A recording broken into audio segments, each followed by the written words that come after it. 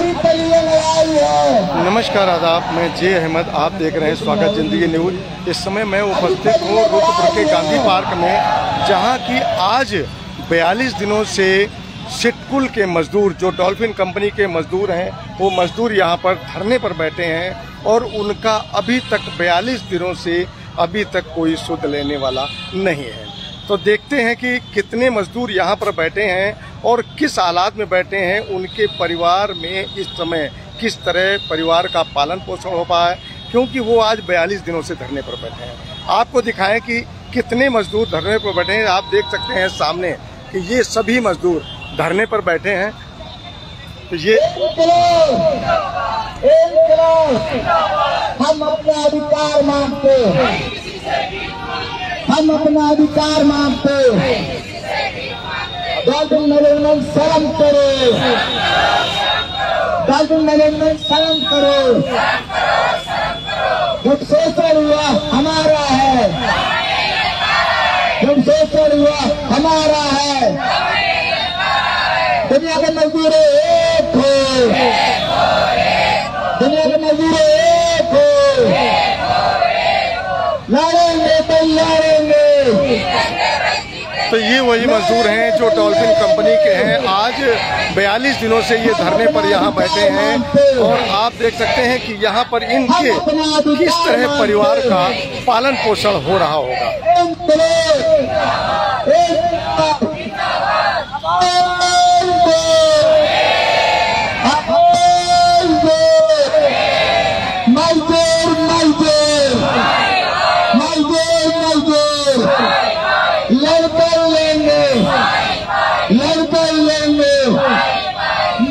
शोषण बंद करो, मजदूर शोषण बंद करो। आवाज दो।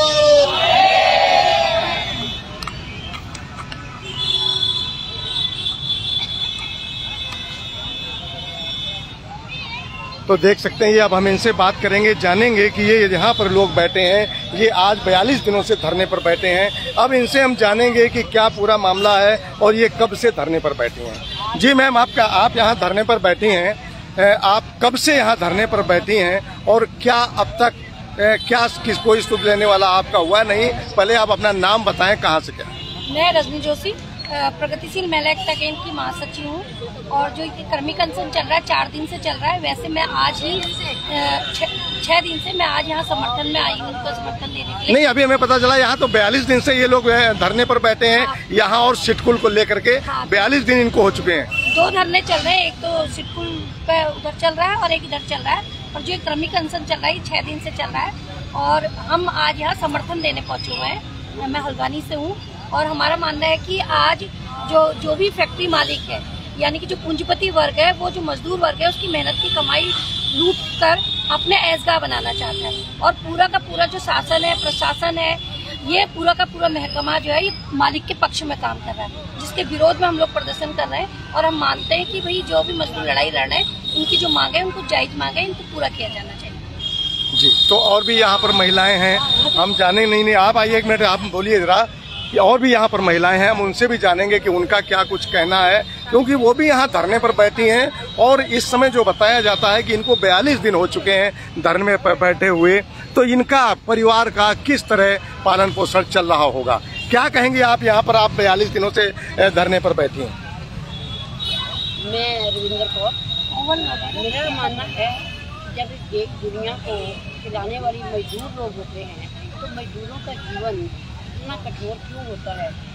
अभी हमारी सरकारें जो हैं, उनके प्रति इतनी असंवेदनशील कैसे हो गई हैं? क्योंकि ये जो पहले श्रम कानून बने थे, जो हमारे फैक्ट्रियों में ये लोग जो स्थायी लोग थे, इनको ज़बरदस्ती ठेकेदारी में क्यों डाला जा रहा है? क्या कारण बनता है? क्या इनको ये समझ, जो शासन प्रशासन वाले हैं, इनको समझ नहीं आती है कि मजदूरों के साथ अन्याय हो रहा है? तो उस अन्याय को दूर करने के लिए अगर ये डॉल्फिन की महिलाएं और पुरुष मजदूर जो हैं ये संघर्ष कर रहे हैं, तो हमारी एक संवेदनशीलता जो है हमें मजबूर करती है कि हमारा साथ इनके साथ होना चाहिए और हमारी इस सरकार के साथ, इस शासन प्रशासन के साथ एक बात है कि आप इनकी व्यथा सुनो, इनके जो ये मांग कर रहे हैं अगर इनकी जायज़ हक है तो इनको हक दिया जाए और इनको सम्मानपूर्वक ज़िंदगी जो है वो जीने के लिए सम्मानपूर्वक वेतन मिलना चाहिए। इतना मुझे कहना है। मैं इनके साथ हाँ। तो देख सकते हैं अभी इन्होंने अपनी बात कही है, लेकिन बगल में बैठी और भी महिलाएं हैं, उनसे भी हम जानेंगे कि वो क्या कहना चाहती हैं। क्योंकि इस समय मैं आपको बता दूं कि यहाँ पर जितने भी लोग यहाँ धरने पर बैठे हैं, सभी के अंदर एक क्रोध, आक्रोश है कि वो इस समय अपने आप को काबू में बड़ा मुश्किल से रख पा रहे हैं और वो क्या कुछ कह जाएं, क्योंकि बड़े ही सोच समझ के बात कर रहे हैं, क्योंकि इस क्रोध में गलतियाँ होती हैं, न जाने कौन क्या कुछ कह जाए। तो अभी हम बात करेंगे, एक महिला और भी हमारे साथ हैं, उनसे बात करेंगे। मैम आप थोड़ा सा आगे आ जाइए, उनसे बात करेंगे कि वो क्या कुछ कहेंगी। क्या कहना चाहेंगी आप डॉल्फिन कंपनी के बारे में? मैं डॉल्फिन कंपनी के बारे में यही कहना चाहूँगी, जो परमानेंट लोगों को उन्होंने ठेके में किया है, तो हम ये नहीं कह रहे कि आप अपनी ठेका प्रथा बंद करो। जो नए लोग हैं उन्हें ठेके में लो, जो हमारे परमानेंट लोग हैं उन्हें परमानेंट ही रहने दिया जाए और उनके लिए न्यूनतम बोनस दिया जाए, जो न्यूनतम वेतन जो सैलरी है वो दी जाए। ओवर टाइम अगर आप करवा रहे हो जो कानून में है वो डबल दिया जाए। यही हमारी मांग है, कोई हमारी मांग नहीं है श्रम कानून लागू कराने की बात। तो आपकी अभी किसी भी मांग पर क्या अभी कंपनी एग्री नहीं हो रही है?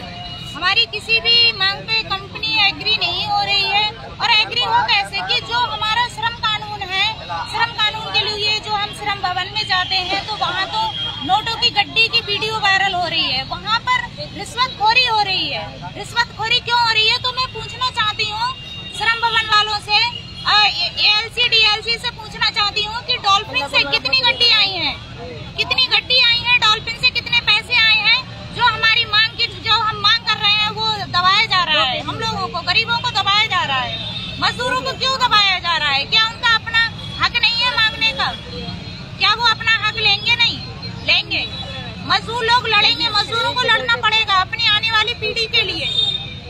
हमें ऐसा दबाया जा रहा है तो हमारी पीढ़ियों को भी ऐसे ही दबाया जाएगा। एक बात अभी हमारे दर्शक एक चीज जानना चाहते हैं आपसे कि इस समय आप अपने परिवार का जो पालन पोषण है, 42 दिनों से आप धरने पर बैठी हैं, लेकिन परिवार का जो पालन पोषण है वो कहाँ से और किस तरह, कैसे आपको हेल्प मिलती है, कहाँ से कर रहे हैं?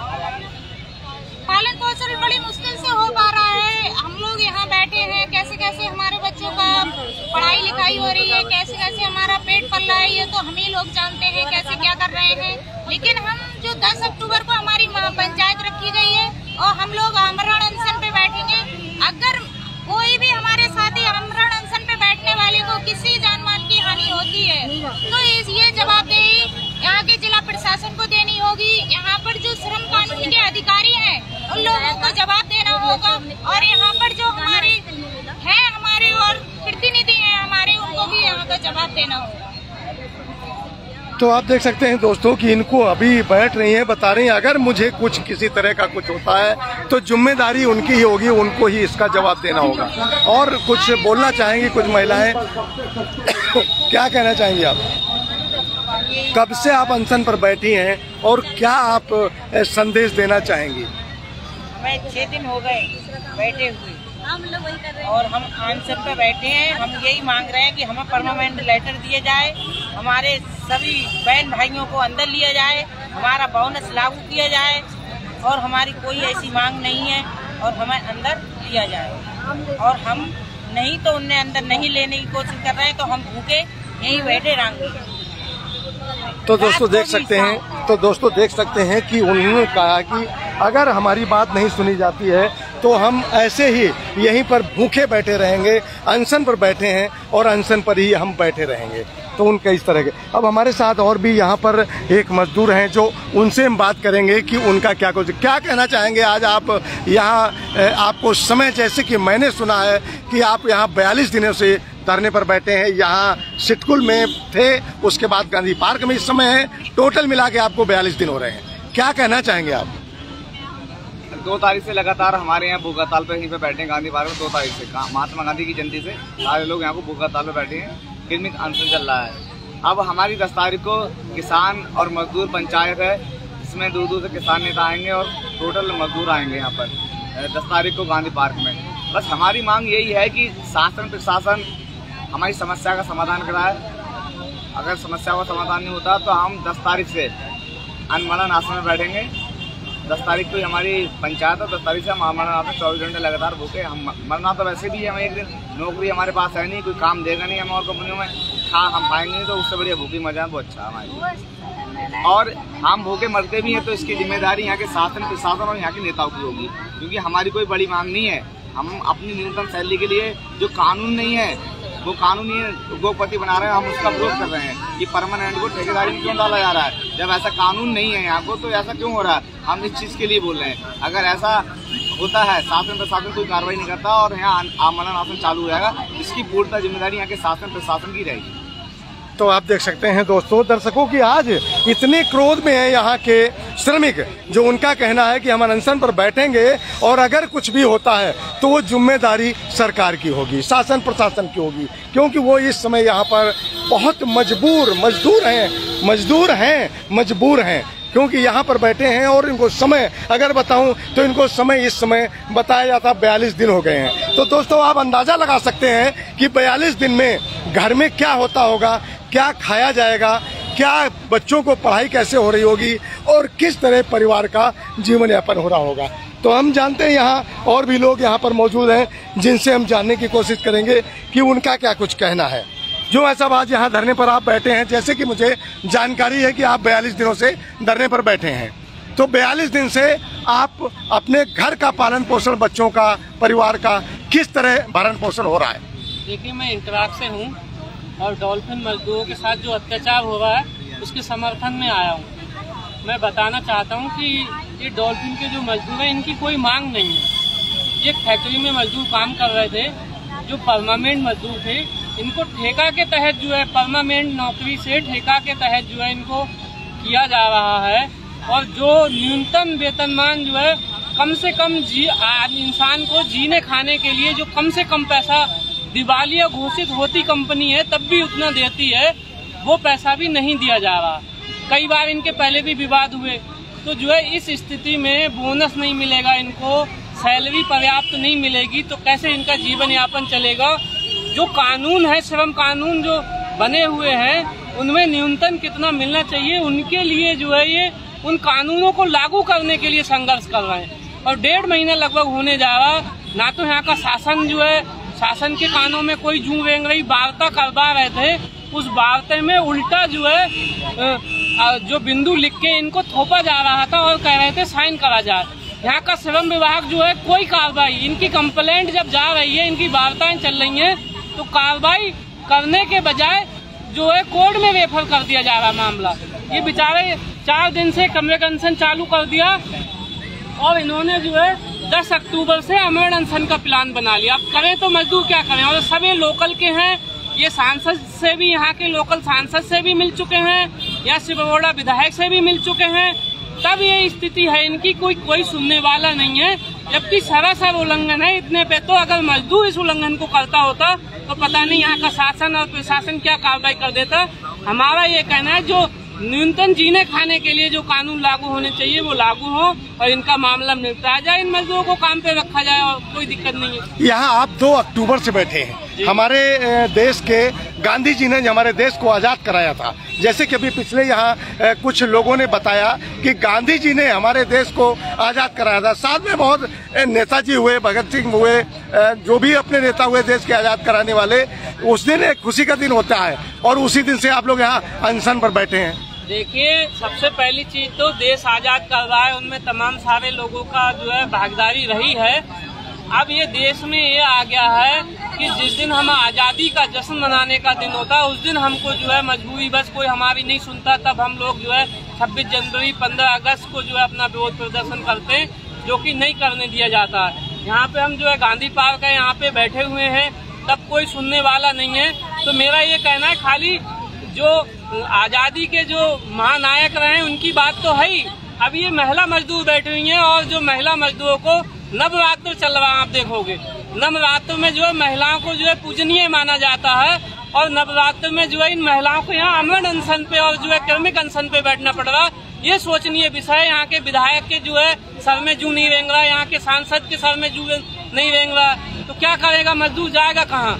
तो ये नवरात्र में जो है महिलाओं को आमरण अनशन करना पड़ रहा है, ये स्थिति है। तो देखिए ये चीज दोस्तों आप देख सकते हैं, सत्यता भी है। अभी कुछ महिलाओं ने ये बताया था कि आज ये नवरात्रि का इस समय चल रहा है और ये महिलाएं यहाँ अनशन पर बैठी हैं। अनशन का मतलब हुआ भूखी प्यासी बैठी हैं, जबकि इनको व्रत रहना चाहिए, व्रत भी इन्होंने छोड़ा और यहाँ पर आज अनशन पर बैठी हैं। तो दोस्तों देख सकते हैं कि किस तरह के हालात हैं, लेकिन सरकार नहीं कुछ सोच रही है, सरकार शासन प्रशासन पर जू नहीं रेंग रही है। हम यहाँ और भी लोगों से बात करेंगे कि हमारे साथ यहाँ पर एक भाई साहब हैं, उनसे भी हम जानने की कोशिश करेंगे कि उनका क्या कुछ कहना रहेगा।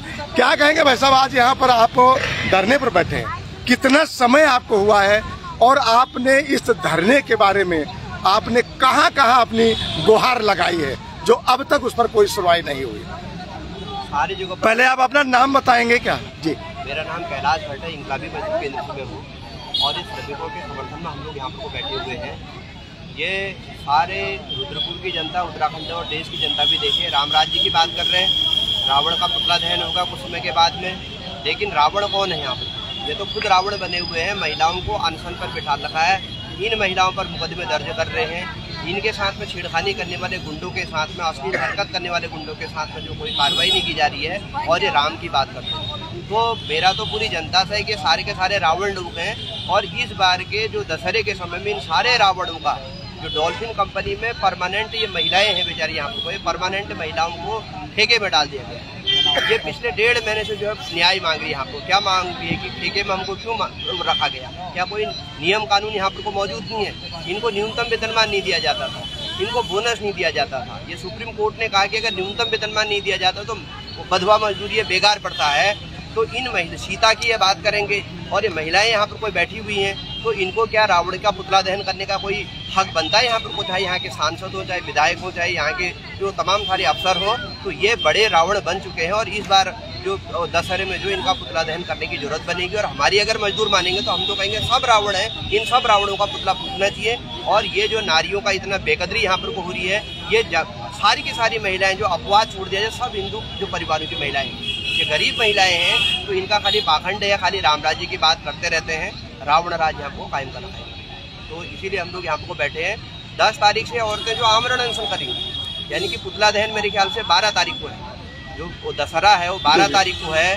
दशहरे से पहले ये औरतें दिन रात जो भूख हड़ताल पर बैठेंगी और ये कह रही हैं कि जब तक हमारे प्राण हैं या तो तुम हमको न्याय दोगे, नहीं तुम अपने प्राण त्याग देंगे। ये जो रावण की बात करेंगे लोग, राम की बात करेंगे लोग, तो ये अत्याचार यहाँ पर को हो रहा है। और इन औरतों पर शर्म नहीं आ रही है कि सरकार को, यहाँ के प्रशासन को शर्म नहीं आ रहा है यहाँ पर को। ये सारी जनता यहाँ पर को देख रही है, बैनर सामने टंगा पड़ा है, इतना बड़ा होर्डिंग इन्होंने लगा रखी है, कोई सुनने वाला नहीं है। मतलब पूरा राम की बात करो, रावण राज्य कायम कर दो, ये यहाँ को चल रहा है। तो दोस्तों दर्शकों देख सकते हैं आप कि यहाँ पर अगर मैं आपको बताऊं कि यहाँ पर जो हम नारी शक्ति की बात करते हैं, देश के लोग हम सब नारी शक्ति की बात करते हैं और उसी नारी से जो उत्पत्ति है, हम सब दुनिया पर आए हैं नारी से। नारी न होती तो हम न होते। तो उस तरह आज नारी के साथ क्या व्यवहार है, नारी किस हालात में है। आज ये नारी जो बैठी हैं यहाँ पर, मातृ शक्ति बैठी हैं, वो आज जो इस समय उनको व्रत में होना चाहिए, घर में छाया में बैठती, उनको दूध मिलता, फल मिलता, क्योंकि व्रत में मतलब बाहर नहीं निकलना चाहिए। आज ये यहाँ पर धरने पर बैठी हैं। क्या कुछ ये कहना चाहेंगी? क्या ये सोच रही होंगी इस क्रोध में, आक्रोश में इस समय शायद अपने आप को बहुत सभी कंट्रोल करती हैं महिलाएं, कुछ हंसकर नहीं बोल सकती क्योंकि इनके चेहरे पर जो आज क्रोध और आक्रोश की गंगा बह रही है वो आप देख सकते हैं। हमारे साथ एक और भी हैं महिला, जिनसे हम बात करेंगे। क्या कहना चाहेंगी? यहाँ आप धरने पर बैठी हैं, क्या कुछ कहना चाहेंगी? सरकार से क्या गुहार लगाएंगी? जी, पहले तो मैं बताऊंगी कि मैं हरियाणा फरीदाबाद से आई हूँ। मेरा नाम पूर्णिमा है, मैं इंकलाबी मजदूर केंद्र से हूँ, उनके समर्थन में यहाँ पर। और थोड़ी सी मेरी बातें 2-4 मिनट की हो सकती है, लेकिन मुझे लगता है कि मेरी बात सुननी चाहिए। मुझे आपकी बात बहुत अच्छा लगा। नहीं, आप बिल्कुल खुल करके बोलिए, मैं आपके साथ हूँ। मैं आपको पूरा अपने दर्शकों को सुनाऊंगा। आप क्या कुछ कहना चाहेंगे? जी, मैं आपसे शुरू करती हूँ। आपकी एक बात मुझे बहुत अच्छी लगी जो आपने कहा कि इस महिलाओं को व्रत में होना चाहिए था, उनको उनके जो है दूध उनको फल मिलना चाहिए था। ये बातें जो है ये ऐसी बातें हैं कि ये जो परिस्थितियाँ इनके सामने पैदा हुई है ना, नवरात्रियाँ चल रही है, तो जो है 12 तारीख को दशहरा है, रावण का दहन का जो है दिन है वो दिन। और रावण का दहन का मतलब क्या बोलते हैं हमारी हिंदुस्तानी समाज में, बोलते हैं कि जो बुराइयों पे जो है अच्छाइयों की जीत है, अच्छाई की जीत जी, जी। ये जो है रावण दहन का ये है। रावण को जो है महिला विरोधी मानते हैं भारतीय समाज में, महिला को जो है रावण को जो है वो जो है न्याय के विरोधी मानते हैं भारतीय समाज में। और उसके विरोध से पहले, उसके दहन से पहले जो पूरा प्रक्रिया चलता है व्रत का, तमाम पूजा पाठ का, उसमें महिलाओं की बहुत महत्वपूर्ण भूमिका होती है इस भारतीय समाज में। लेकिन हम देख सकते हैं कि हमारी महिलाएं कहाँ बैठी है। ये शहर के केंद्र गांधी पार्क में बैठी हुई है ना। उनके कोई व्रत के जो है पूछने वाला नहीं है। अगर कोई व्रत रखे तो उस व्रत की जो है उनकी सेवा करने के लिए कि उनको फल और दूध मिल सके, उसको किसी के सुध नहीं है। उनको इस बात के भी सुध नहीं है कि जिस व्रत करके वो महिला जो है अपने घर परिवार, संतान और पति और तमाम रिश्ते नातों की सुरक्षा, उनके जीवन की जो है उसकी जो है प्रार्थना करती है, भगवान से आराधना करती है ना, वो आराधना जो है नहीं कर पा रही है। और वो जो आराधना होगी उस परिवार के लिए वो क्या होगी कि उनके जीवन में सुख समृद्धि हो, उनके बच्चों की बेहतर लालन पालन हो, बेहतर शिक्षा जो है हो, उनके स्वास्थ्य हमेशा वो स्वस्थ रहे और इस समाज में अच्छी भविष्य की ओर वो समाज के एक अच्छे जो है उसमें आगे बढ़े। लेकिन उसके लिए वो नहीं कर पा रही है ये सारी चीजें, है ना। वो अपने बच्चों को, अपने परिवार, रिश्ते नातों के बारे में नहीं सोच पा रही है, अपने घर गृहस्थी तमाम चीजों के बारे में सोच नहीं पा रही। क्यों? क्योंकि डॉल्फिन के मैनेजमेंट, मालिक और यहाँ के प्रशासन ने एक ऐसी भयंकर परिस्थिति उनके सामने खड़ी की है कि वो एक मानव हो के, एक भारतीय समाज में रह के उन परंपराओं को, उन चीजों को नहीं कर पा रही। तो आप भारतीय है, आप हिंदू है, आप जो है राम की बात करते हैं और आपके भारत के निवासी है ये, और उत्तराखंड जो है देवभूमि है। और इस देवभूमि में इन माताओं के बारे में जो है क्या इनके सामने परिस्थिति पैदा की, किन्होंने पैदा मतलब आपको यही एक अफसोस है कि जो नारी शक्ति की बात करते हैं, हाँ। वो आज नारियां यहाँ पर बैठी हैं धरने पर, हाँ। भूखी प्यासी बैठी हैं, जबकि व्रत में होना चाहिए, लेकिन इनकी कोई सुध लेने वाला नहीं, कोई दूध फल इनको देने वाला नहीं कि अगर धरने पर इनको ना बैठाया जाए, इनको उठाया जाता। यही आप कहना चाहती हैं? और आगे कुछ क्या कहना चाहिए? हाँ, इसके आगे भी कई बातें हैं जी। मेरी और ये तो एक बात है कि हाँ ये परिस्थितियाँ है, लेकिन इससे पहले जो हम देखें कि इनके सामने जो परिस्थितियां हैं वो क्यों आई, कैसे उनके हक अधिकारों के जो है जो हिस्से का जो है इनके मेहनत का जो हिस्से का है वो इनको अधिकारों का हनन हुआ उनसे, उनके हिस्से का छीना गया उनसे, है ना। और उसके अलावा इस समय में जो है वो धरने पे ना होके इनको कंपनी मैनेजमेंट जो है सारी चीजें देती जो इनका हक का था, और इसमें जो है प्रशासन जो है अपनी भूमिका निभाती है। क्या प्रशासन की जिम्मेदारी नहीं है कि इन परिवारों को जो है, जो परिवार के यहाँ पर महिलाएं और पुरुष बैठी हुई है, उस त्योहार को अच्छे से मनाए और जो है ये जो यहाँ से हंसते खेलते जाए, इस धरने को छोड़ के हंसते खेलते जाए, क्या प्रशासन की जिम्मेदारी नहीं है? इस जिम्मेदारी को क्या निभा रहे हैं? वो नहीं निभा रहे हैं। और हमने ये भी देखा है, हमें कभी भी नहीं भूलना चाहिए। ये आप किससे कह रहे हो? आप देश के अंदर, इस जिले के अंदर आप बैठे हो, तो आप ये बात किससे कहना चाहते हो? उस व्यक्ति का नाम लीजिए, जिलाधिकारी से कहना चाहते हैं या फिर कौन से अधिकारी से ये गुहार लगा रहे हैं? मैं तो ये बातें उन सभी जिम्मेदार लोगों को बोलना चाहती हूँ जो जिले के स्तर पे और राज्य के स्तर पे बैठे हुए। ये सबकी जिम्मेदारी है। क्या हमारे यहाँ उत्तराखंड के मुख्यमंत्री को क्या ये बात पता नहीं है कि रुद्रपुर में एक सिडकुल में डॉल्फिन के मजदूर की लड़ाई की कहाँ जो है जाके पहुँची है? क्या यहाँ के प्रशासन को पता नहीं है कि शहर के केंद्र में जो है महिलाएं धरने पे बैठी है, पुरुष धरने पे बैठे हैं? क्या उनको नहीं पता? उनको पता है। यहाँ से रोज उनकी गाड़ी आ जाती होगी उनके दफ्तर तक निश्चित तौर पे, लेकिन इस बात को वो जो है मानने के लिए तैयार नहीं है। वो चाहते हैं, वो बिल्कुल निश्चित तौर पे इस बात को चाहते हैं कि वो जो है उनके घरों में जो है बैग पहुँच रहा है मालिकों के जो है घरों से, उनके जो है उनके घर में दिवालिया मतलब बैग आप क्या कहना चाहेंगी? बैग क्या मतलब कौन सा बैग है? क्या उस बैग के अंदर भरा होता है? आप क्या संकेत देना चाहती हैं? उस बैग के अंदर मजदूरों की कमाई हुई पूंजी जो है भरा होता है, जो इनके घरों में पहुंचता है। और तभी जो इस प्रकार के व्यवहार करते हैं वो मजदूरों के हक में बोलने के लिए, उनकी बातें सुनने के लिए बिल्कुल तैयार नहीं होते हैं। और वो जो है बिल्कुल गूंगे, बहरे और अंधे होकर जो है यहाँ से गुजरते हैं और दफ्तर तक जाते हैं, फिर दफ्तर से अपने घरों तक जाते हैं। ये वाली बात मैं कहना चाहती हूँ। उनकी जिम्मेदारी बनती है, उनको इसलिए नहीं बिठाया गया है वहाँ पे कि जो है एक बात और है कि ये इस पूरी शासन व्यवस्था की विडंबना है कि इस प्रकार के जो अधिकारी होते हैं उनके चुनाव नहीं होता है। और ये विडंबना है कि जब चुनाव नहीं होता है तो अगली बार के लिए भी इनको हमें जो है भुगतना पड़ता है ना। कोई नई और कोई उसके लिए हमें जो है कोई ऐसा ऑप्शन नहीं है समाज में जो वापस बुलाने का अधिकार का जो कानून हम बात करते हैं, है ना, वो कहाँ है। खैर तमाम नेताओं के लिए जो है नहीं लागू होता है तो इन पे क्या लागू होगा? ये तो जो राज्य के द्वारा चुनी हुई है। तो हम कह रहे हैं कि इनकी जिम्मेदारी है ना। और एक बात निश्चित है जी, जो मैं बहुत अच्छे से जानती हूँ। जी कहिए आप कहिए, क्योंकि आपको हमारे दर्शक बहुत ही अच्छी तरह से सुन रहे हैं। क्या कहना चाहेंगे? और वो ये बात है कि हमने पढ़ा भी है और हमने देखा भी है, मेरी जो भी उम्र हो सकती है, लेकिन मेरे जो भी अनुभव है वो ये है कि मजदूर जो निर्माता है समाज का, जो समाज के धरती के सुरंगों में जाके धातु निकालता है, जो लोहा गलाता है, जो जंगलों को काट के गांव नगर बसाता है, जमीन को हरा भरा जो है करता है, खेती करता है, जो हर चीज को खूबसूरत बनाता है ना, वो मजदूर उनके जो है हकों की लड़ाई जब वो लड़ती है तो नींवों को जो है नींव भी बदली जाती है समाज की तब। और निश्चित तौर पे जो है नींव बदलने की तरफ जाएगी तो फिर जो है निश्चित तौर पे इनकी नींव उखड़ेगी, तभी एक नई नींव बैठेगी। इसी मेरी बात। आपने अपनी उम्र की बात की, ये बहुत अच्छा, हमारे दर्शक आपको बहुत अच्छा सुन रहे हैं कि आपकी उम्र तो नहीं है, लेकिन आज तक मुझे जो अनुभव मेरा भी है, आपने बहुत अच्छी चीजें बोली हैं। आपने अपना क्रोध शांत भी किया है, कहीं पर क्रोध दिखाया भी है, लेकिन अगर आपकी बात पर ध्यान दिया जाए